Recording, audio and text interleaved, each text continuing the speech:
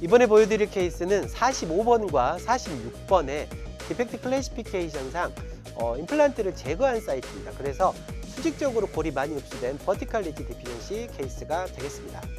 환자의 정보를 먼저 보시면 63세의 남자 환자시고요. PMH상 크기 소견은 없었습니다. 사용한 재료로는 콘그라프트 머티리얼로는 에이오스를 이용을 했고요. 그리고 배리어 멤브레인으로는 오스가이드를 이용을 했습니다. 그리고 임플란트는 오스템의 TS3 SA 임플란트를 사용을 했고, 치료 기간은 2018년 9월부터 2018년 12월까지 3개월이 소요가 되었습니다. 이 환자의 마지막 팔로우업은 2023년 6월로 4년 9개월 팔로우업이 된 환자가 되겠습니다. 술전의 파노라마를 보시면 45번과 46번 임플란트 식립 후에 크리스탈 본로스가 심하게 와서 임플란트 전체 길이의 절반 정도의 본로스가 와 있는 것을 확인할 수가 있고요. CT를 보시면 다음과 같이 버콰일과 링구알 사이드 모두 다 흡수가 발생한 것을 볼 수가 있습니다. 술전의 부각내가 되겠고요.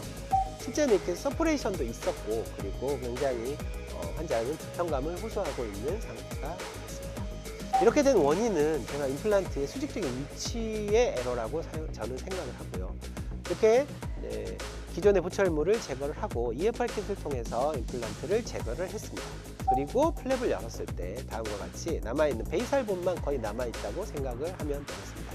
그리고 임플란트를 식립을 했는데, 자, 이때 두 가지의 선택지가 있는데, 임플란트를 조금 더 높여 심어서 거기를 GBR을 이용을 해서 본을 만들어 줄 것인가, 아니면 일단 임플란트를 서브크레스탈 인스톨레이션, 다시 말해 남아있는 볼에 다 잠기게 임플란트를 식립할 것인가.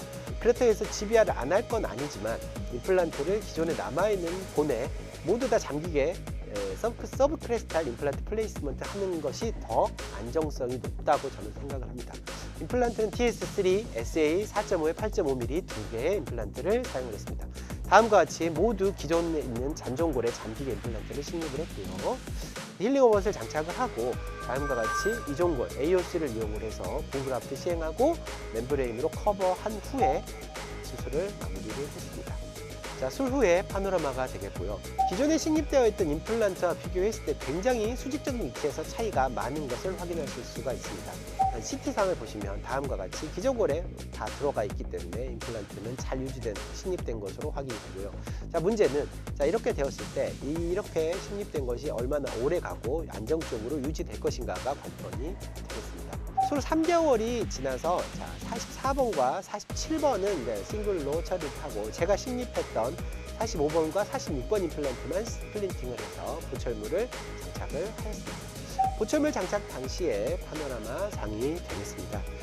이때까지는 잘 유지되고 있겠죠. CT를 보시면 다음과 같이 안정적인 골 반응을 보여주고 있습니다. 수로 4년 9개월이 지나서 파노라마를 촬영을 했습니다. 다음과 같이 이젠 안정화가 완전히 끝난 상황이고요. 이 외에도 몇 개의 임플란트를 저에게 더 식립을 하셨던 게 보이고 있죠. 자, CT상으로 보았을 때 45번과 46번은 리모델링이 없다고 볼 수는 없습니다. 특히 45번에. 하지만 잘 유지되고 있고요. 만약에 우리가 한 2mm 정도라도 얕게 심어서 그 부분을 GBR을 이용해서 본을 만들어주겠다라고 했으면 이 환자는 다시 한번 크레스탈 본로스를 겪었을 가능성이 크다라고 생각을 합니다. 결론이 되겠습니다.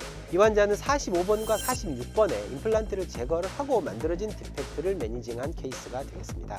제가 생각할 때 임플란트의 서바이벌을 관점에서 보았을 때 가장 중요한 팩터는 임플란트의 수직적인 위치와 3차원적인 위치라고 생각합니다. 특히 수직적인 위치가 중요하다고 저는 생각을 합니다. 그리고 이렇게 임플란트를 제거를 하고 다시 임플란트를 재식립하는 경우에 가능하다면 임플란트를 레지듀얼 잔존골에 완전히 잠기도록 임플란트를 식립을 하는 것이 더 좋습니다. 특히 이 볼륨 오고미테이션은 동종골이나 이렇게 흡수가 많은 인식제를 사용을 하는 것은 굉장히 위험하고요. 이종골 같은 흡수가 느리고 리모델링에 저항할 수 있는 고리식제를 사용하는 것이 이렇게 임플란트를 제거를 하고 다시 임플란트를 식립을 할 때에는 필수적으로 중요하다고 할 수가 있겠습니다. 이상 시청해 주셔서 감사하고 다음번에는 더 좋은 케이스를 가지고 찾아뵙도록 하겠습니다.